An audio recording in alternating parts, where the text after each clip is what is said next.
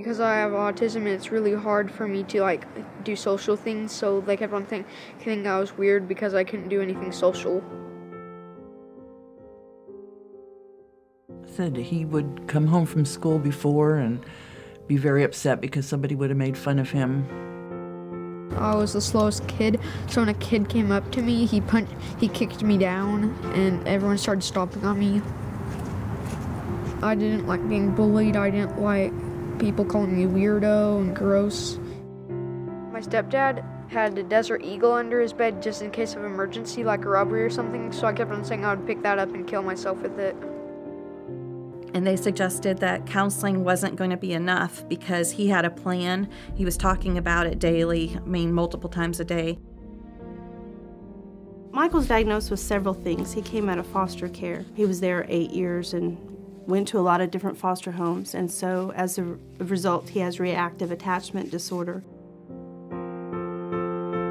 I had a brain tumor and I can't see out of my left eye or smell. And we started from there to find what we call our new normal. He has been diagnosed with Asperger's, which is a form of autism. We kind of suspected it for a long time. He was getting progressively worse. They were wanting to do some really drastic stuff with him, and we couldn't do it. So we went ahead and shared the diagnosis with the school. People would come up to us and say mean things to us. And we'd have to go get the teachers, and the teachers, most of the time, they just believed the other kids. By the time they evaluated him, halfway through his school year, he had learned 5 words. The school said they had no plan to bring him to grade level by the end of the school year. I think sometimes we don't focus on making a school a fit for the child. We're trying to force that child to be a fit for our school system. Why would we expect to educate all the children in one particular way?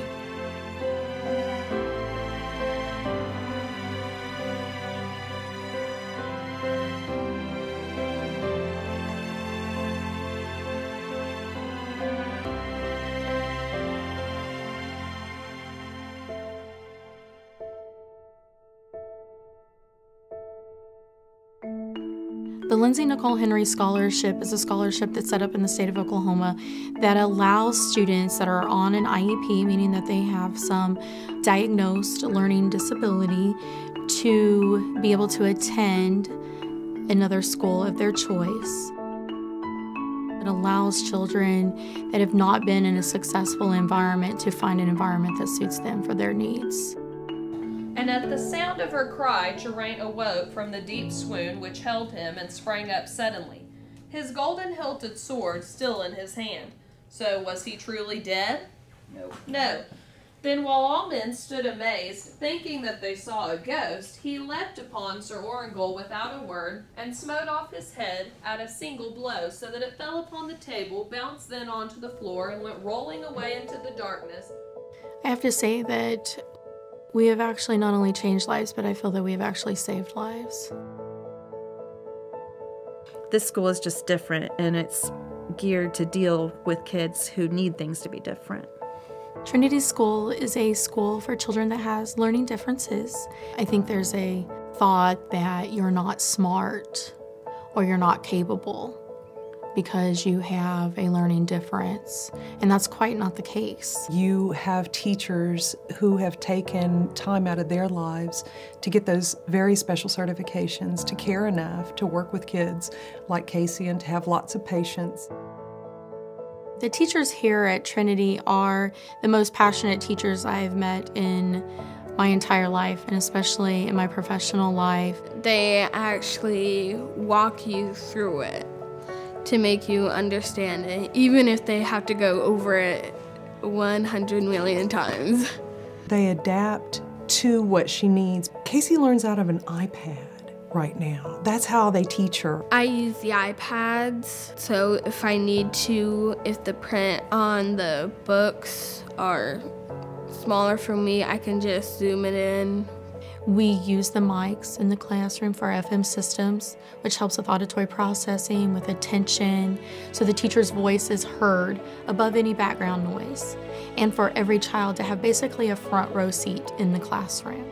I love this school. This school is awesome.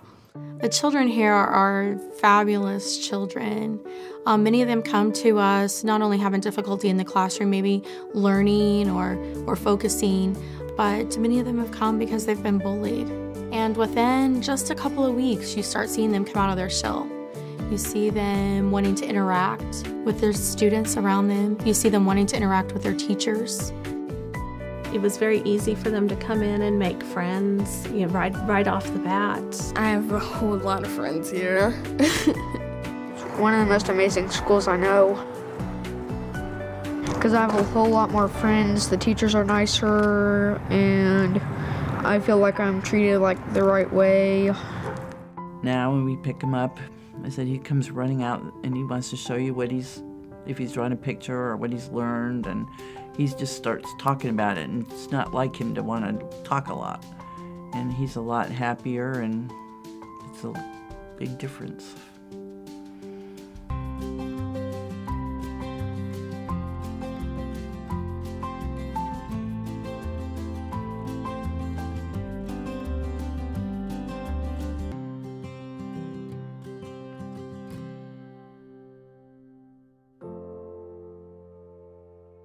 I've heard people say, well, if you're sending a kid to private school, you ought to pay it.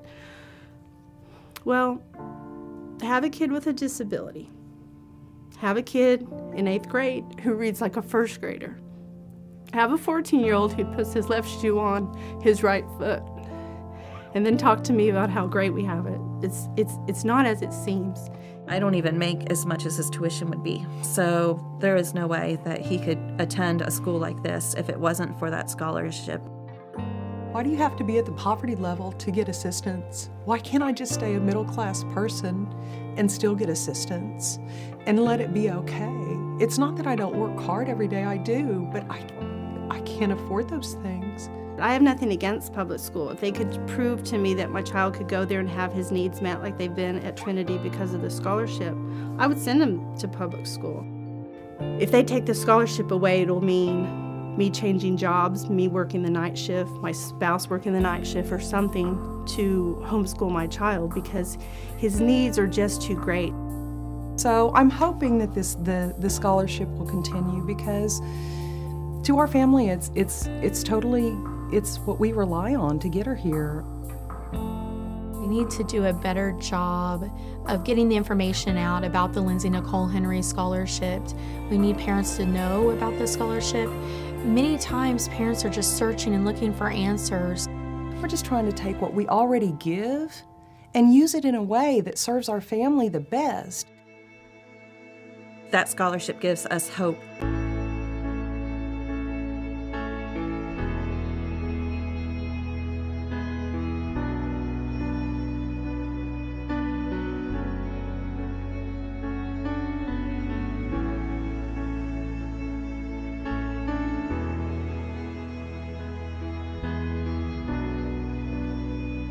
We had a child that came to us, and the teacher literally sat down in a meeting, told the child and the parents, you're just not going to learn to read. And she was in elementary school.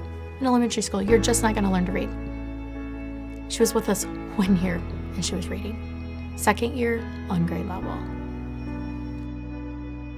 So you can't tell me these programs do not make a difference, that class size does not make a difference, that love and care from a teacher doesn't make a difference. That makes a difference.